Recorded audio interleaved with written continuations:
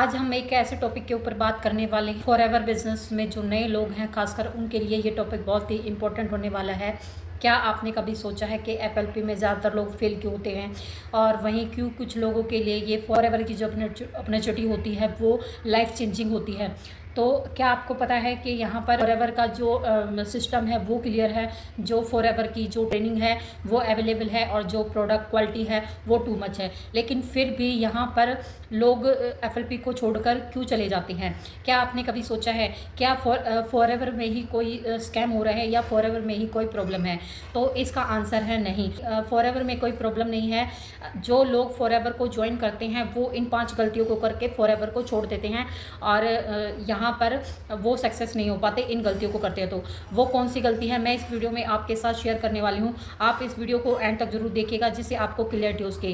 तो चलिए अपनी वीडियो स्टार्ट करते हैं। इससे पहले अगर आप मेरे चैनल पर नए हैं तो मेरे इस वीडियो को प्लीज़ लाइक और चैनल को सब्सक्राइब जरूर कीजिएगा और बेल आइकन को जरूर प्रेस कीजिएगा जिससे आने वाली वीडियो का नोटिफिकेशन आपके पास सबसे पहले पहुंचे। तो चलिए अपनी वीडियो शुरू करते हैं। जो सबसे पहला रीज़न होता है वो है यहाँ पर जल्दी से जल्दी पैसा कमाने की सोच।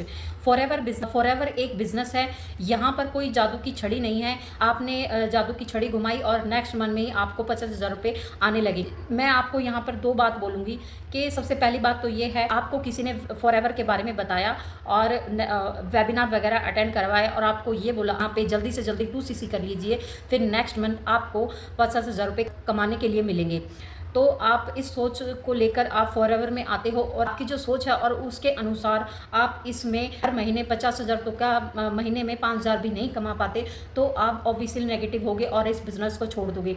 दूसरी बात ये कि आप आते ही इस माइंड सेट से हो कि मुझे यहाँ पर सिर्फ 2 महीने करके देखना है, कमा लिया तो ठीक है, नहीं तो मैं इसको छोड़ दूँगा।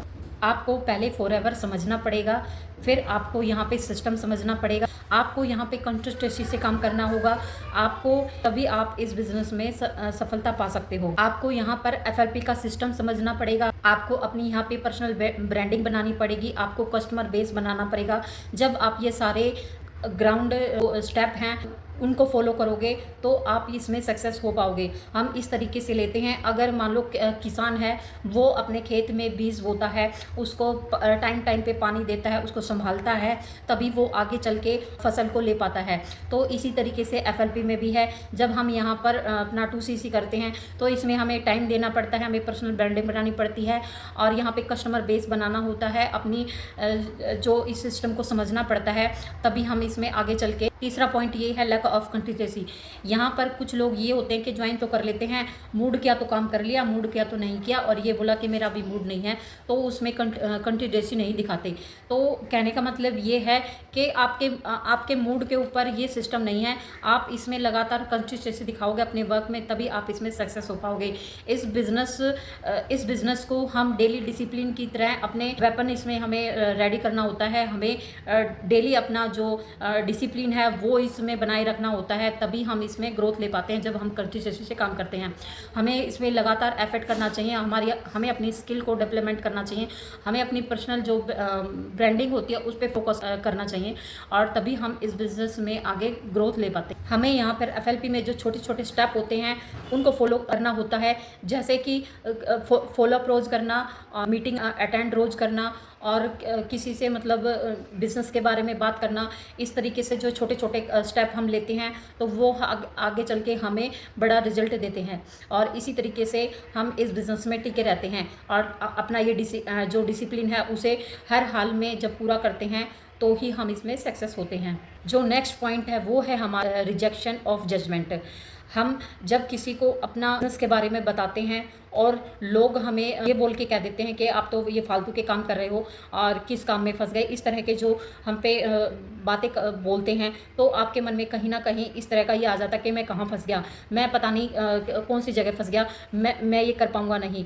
तो इस तरीके का जो आप जो बातें फेस करते हो वो आपके माइंड को डाइवर्ट कर देती हैं। जब लोग आपको यहाँ पर जज करते हैं कि ये नेटवर्क मार्केटिंग तो फेक है, इसमें कुछ नहीं होता, इसमें फ्रॉड होता है लोगों के साथ, तो इस तरह की जब आप बातें फेस करते हो तो आपके मन में कहीं ना कहीं नेगेटिव आ जाती है और आप इस लाइन को छोड़ देते हो। आप इस बिज़नेस में मन लगा के आप काम नहीं कर पाते। लोगों का काम तो है बोलना, लोग तो हर हाल में बोलेंगे, आप नहीं करोगे तो भी बोलेंगे कुछ ना कुछ, और आप करोगे तब भी बोलेंगे।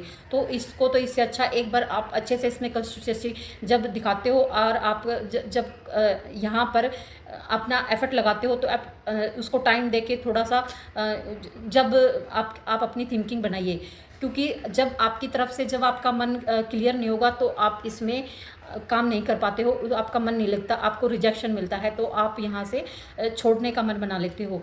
तो लोग तो हर हाल में आपको कुछ ना कुछ बातों से नेगेटिव करते ही रहते हैं।